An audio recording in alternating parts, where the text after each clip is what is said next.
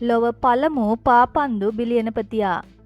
පුතුගාලයේ සුපිරි පාපන්දු ක්‍රීඩක ක්‍රිස්ටියානෝ රොනාල්ඩෝගේ මූල්‍යමය වශයෙන් බිලියනපති තත්ත්වයට පත් වූ ලොව පළමු පාපන්දු ක්‍රීඩකයා ලෙස වාර්තා අතරට එක්ව තිබේ.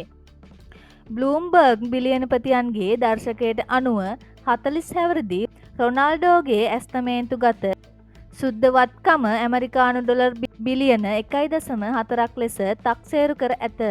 මෙම මූල්‍ය ස්ථාවරභාවය ඇතිවීමට ප්‍රධාන හේතුව වී ඇත්තේ සෞදි කණ්ඩායමක් වන අල් නසාර් සමග ඩොලර් මිලියන 400කට වඩා වටිනාකමක් සහිත ගිවිසුමක් අත්සන් කිරීමයි. මෙම ගිවිසුම මගින් ඔහු දැනටමත් පාපන්දු ඉතිහාසයේ වැඩිම වැටුප් ලබන ක්‍රීඩකයා බවට පත්ව ඇති අතර ඔහුගේ වාර්ෂික වැටුප පවුම් මිලියන 177ක් සහ ඊට අමතර ප්‍රසාද දීමනාද ඇතුළත් වේ. රොනාල්ඩෝ 2002 සිට 2023 දක්වා කාලය තුල පමණක් ඩොලර් මිලියන 550කට වඩා වැඩි ආදායමක් උපයා ඇත.